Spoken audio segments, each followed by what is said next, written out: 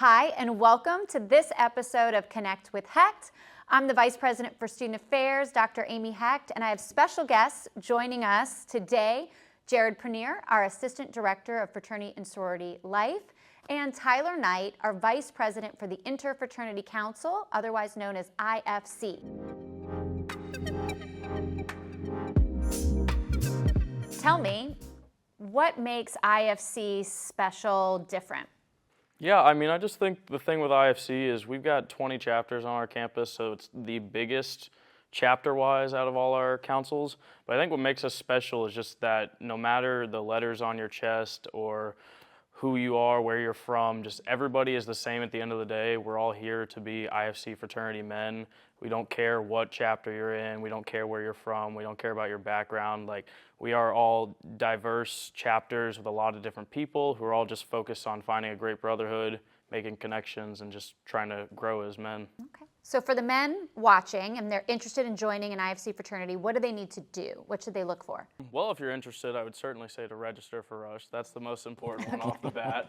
But besides that part, really just kind of look around and try and research things. Obviously on our website, the FSU IFC website, or our Instagram too, you can learn a lot about the chapters and all the things we do as chapters, but then you can also learn about IFC as a whole. You can learn about the values, the beliefs, all that kind of stuff. Really, I would just say, try and research the chapters, find out what you like, what values you coincide with, and just find out if the IFC really is for you. Some of our watchers or listeners may not know much about a fraternity. They may have seen it in movies. What is it really about at Florida State? Yeah, I would say let's hopefully stray away from those movies like Animal House and whatnot. That's not the way we like to look nowadays, but no, it's really a lot different than the movies portray it. It's not all partying. It's not all everybody just goes out and does this. We really focus on our academics, maybe our IM sports, or just our clubs we're in, organizations, and leadership like myself in IFC. But really, it's the main focus is always just brotherhood at the end of the day and helping your brothers grow, to help them in academics or help them to grow in society, because it's not just the 4 years you're here, it's all the way in the future. You're a brother for life. So that's the biggest thing, is just really, I think, just trying to make each other better every day. So what are the essentials? Men who are getting ready to come to Florida State, maybe packing to move into residence hall. What are the basics? What do they need to know? Going to their first party, their first event. What should they wear, talk about, not talk about, be on the lookout for? Specifically going through Rush or something, we'll say the dress comfortably kind of thing. If you choose to wear pants in the fall, I would probably recommend against it. It's going to be pretty humid and hot, but just a nice pair of khaki shorts or something and a polo, so you're able to look business casual, look good enough, but also be comfy. Some nice comfy shoes, I would say, is always important as well. Once you get into a chapter, once you're through getting your bid and everything, there'll be, if you have a set event you need to be at, they'll give you plenty of time to be hey, if you guys all want to stop by Goodwill or go to Walmart or something, go by this. But yeah, I'd say it's important to just always have a polo. I would say that's the biggest thing for us. We love polos. We love polos and khakis here. All right, polos and khakis. Yeah. And what if they miss Rush registration? What happens if they forget to register? Can they just show up? No, you cannot do that. Can't miss that deadline. No, okay. You cannot miss the deadline. We also like to think we have a pretty big time frame for when you could register. The biggest thing is just get in on time. It doesn't take that long. It's not a huge registration fee, I think, but just get it out of the way. I always tell people you can wait till the end if you want, but on the off chance you happen to forget it and then now you don't get to rush at all, is just terrible in my brain. And granted, obviously, you can just go ahead and do it in the spring as well, but I'd be I wouldn't want to miss that opportunity. So perhaps some folks watching or listening are thinking, this is the only fraternity I want to join. I'm just going to show up at this one house. What advice would you give those folks? I would have to say I wouldn't go into it with that mentality. Unfortunately, we do have a lot of people who go into it with that mentality.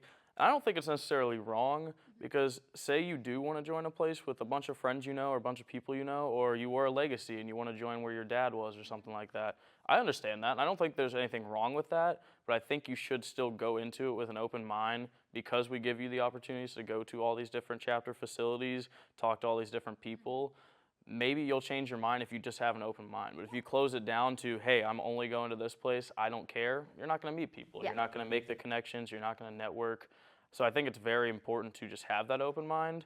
But, I mean, if that is how you want to roll, then, I mean, you can still be successful with it. You can still find a home and still grow as a leader on this campus. But I would recommend against that. At least seeing more than one house. Exactly. Well, we force you to see the houses. Okay, good. So they're going to go to all the houses. Yeah.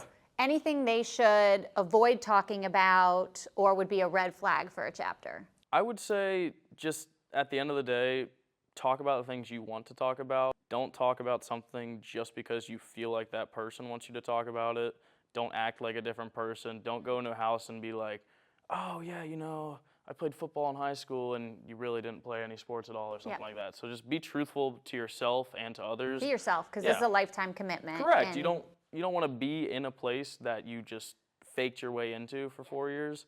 But I mean, I wouldn't say there's anything you need to avoid per se. I think just having those intentional conversations with people and making sure you're getting across what you want them to see is the biggest part of it. Yeah. So when the men get a bid, can they get more than one bid? So they can get more than one bid, but they cannot accept more than one bid. So that's really important. And I think the beauty about what IFC does here at Florida State is that potential new members don't go through it alone. Yeah. Right? So they don't go through the IFC Rush process alone. They have appointed and they have trained a huge amount of Rush mentors. So there's kind of like their recruitment counselors for IFC that kind of help navigate them through all types of the entire Rush process, right? From going to see the chapters, to connecting with them, to even orientation, to even down to the bid acceptance deadline that happens every single Rush. They have somebody there, kind of like that big brother, right? That can kind of help guide them from an unbiased perspective. And that's kind of what the Rush mentor does. So in terms of, you know, getting a bid and kind of figuring out, hey, I have 4 or 5 bids, I don't know which one to pick. They can go to their Rush mentor if they don't know what questions to ask because they don't know where to start sometimes, right? That's where that Rush mentor comes into play. And so I think that is that immediate support system, but also that peer support system. And this is new. If a parent went through IFC Rush back in the day, it is very different, because what I'm hearing now is you're going to every house, you're checking them all out, you have a mentor to guide you that's unbiased, that can help walk you through your choices. And it's also interesting too, because I think that's all coming from the council, right? I think that's really important, right? That's great leadership by Tyler and his predecessors. Correct. And so they've really wanted to make a difference in terms of the culture of IFC. And I think that was really important. So even down to them wanting to have every single chapter participate, for all the potential new members to visit all chapters, right?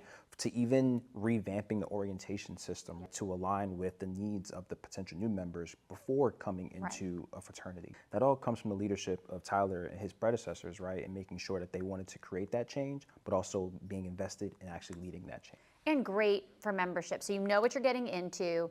If I get a bid, do they have to accept it? How does that work? Like JP was saying, you can get multiple bids from multiple chapters. Of course, you can only accept one, but say there's one fraternity you happen to get a bid from that you're like, I don't really know about this one. Maybe I'm leaning going to another place. You don't have to accept it all. I would say out of courtesy, you could maybe reach out and be like, thanks for the offer, but I'm gonna do this. But no, you do not have to accept all your bids. I think at the end of the day, like he's saying, talk to your connections you have, talk to your Rush mentors, maybe even talk to your friends too, talk to your parents. I know I talk to my dad a lot. Just make an informed decision, and your gut decision is always what I say. So. And if they turn down their bid, can they rush again in the spring if they're still interested? If they were to turn down all their bids, it's still, we don't have like a limit on rushing. You can do fall, spring, every single year if you want to until you find your place. Okay. But is it expensive? the registration side of things is not very expensive. I would say that's $35. So that's not too bad, but when it comes to the actually being in a fraternity side of things, that's one that varies. I think it could get pretty high, but it can also get pretty low. I know my chapter specifically goes on like a tier system, so like the longer you're in it, the lower it goes. Okay. I know a couple chapters do that, and then some are just stagnant the whole time, stays the same. So it really varies. I would say you're getting out what you're giving though. So between the new member education process and all the opportunities we have for leadership growth, that's all great things. And you know, your registered events too are obviously something, like your formals and all that kind of thing, but yeah, I think it all comes back to you, and I don't think it's too expensive in my brain. Okay. So. Yeah, and even for those who cannot fulfill that financial need, one thing about IFC that I really enjoy is they don't let that barrier be a barrier in terms of membership and being a part of the Brotherhood, right? Okay.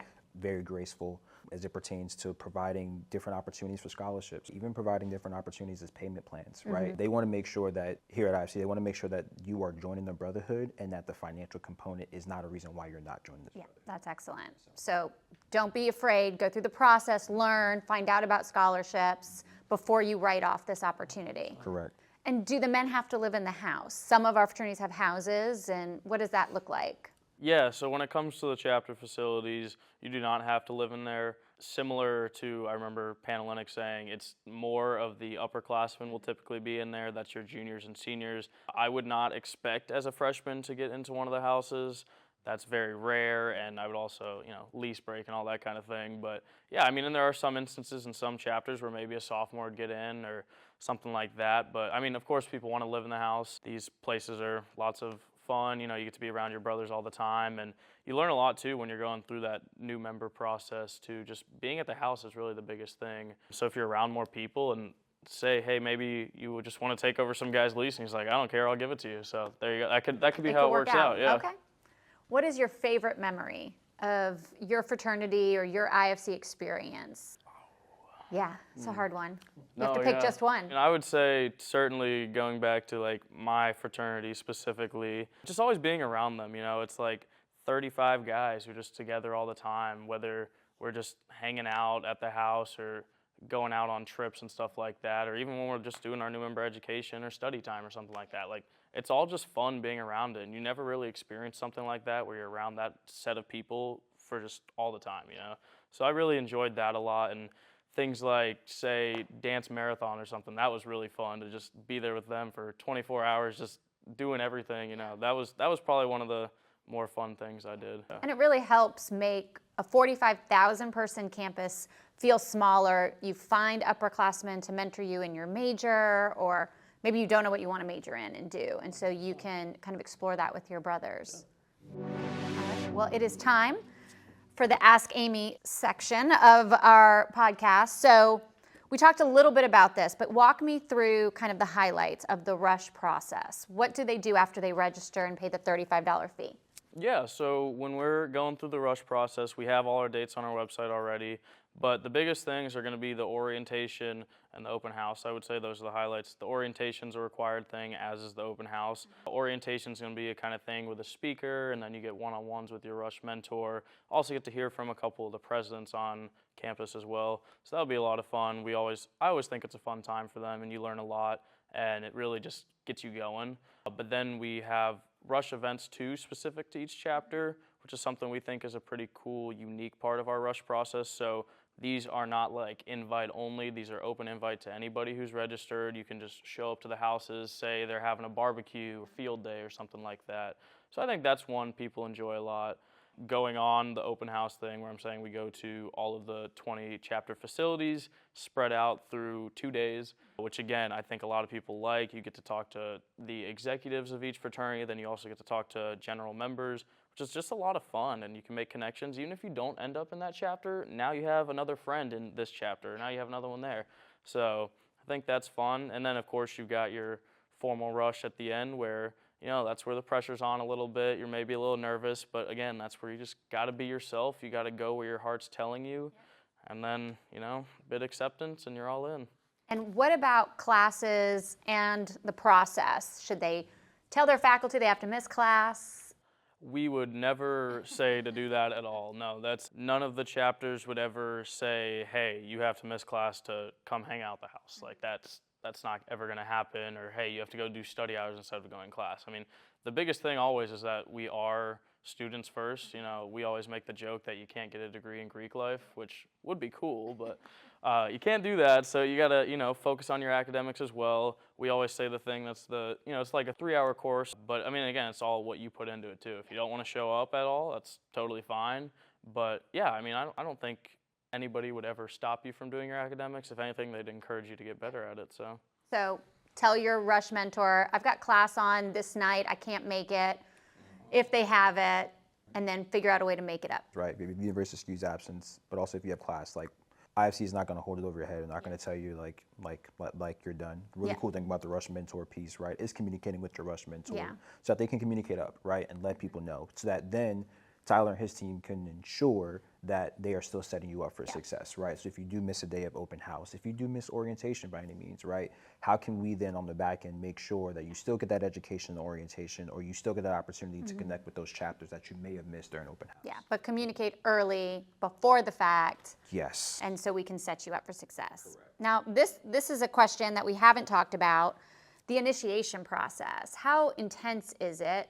Going back to what we've seen in movies or what we've heard at other campuses, does initiation look like, and that pledge period, the new member period look like? It's, the biggest thing I would say, if you want to look at the time period, it's 6 weeks.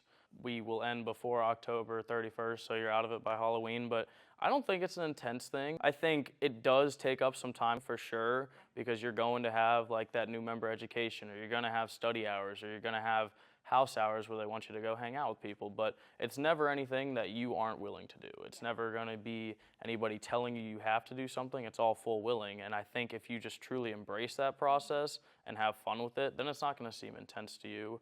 I personally was always showing up to everything. I wanted to do it. I wanted to be around brothers. I wanted to be at the house. I didn't know that I wanted to be a leader one day, which obviously that happened, and I love it, which most people don't really know that when they're coming in. But I think it's, again, what you put into it. I don't think it's an intense process at all. I think it's really a fun time, in my opinion. And what the purpose is, I'm a member of a Panhellenic organization, is really to teach you the history. Of course. Bond you with your soon-to-be brothers, teach you the leadership, the academic success, the social success, and all of the benefits that come. And when they're operating, that is what that process should look like. So, okay. So, what is the relationship with IFC with the other councils? Do you only hang out with certain groups on campus? What do those relationships look like? I would say, we're talking just within IFC. I would say we have good relationships with each other. It's not what you see on the news or in the movies and whatnot where, we like to fight each other and what. That's not how it is. We all get along very well. We've got our President's Council every single week. That's all 20 presidents, including ourselves too. But we all get along very well, and if there's even a minor conflict, we instantly work it out. We've got those outlets with our advisors and our connections with each other to be able to work that out. And I think we're way past a day and age where it's like, I only need my friends in my fraternity. Like, one of the coolest things for me has been being able to get more connections in other fraternities. I've got close friends in almost every chapter here, let alone just my friends on my IFC exec board, of course, but it's really way past that, and we have great relationships. And then when you go into the other councils, MPHC, MGC, UGC, and Panhellenic, there's great relationships there too. I mean, we can hold certain times, we'll have events together, like the Summer B Block Party. I think we try our best to put different councils next to each other, so you would have maybe MGC sitting next to an IFC, and then a Panhellenic next to an MPHC. But I think we all have great relationships. Nobody has any ill will towards anybody, and everybody gets along all the time. So, well, thank you for joining us for this episode of Connect with Hecht. I hope you will continue to follow us and keep putting ideas in the chat of what you want to hear next.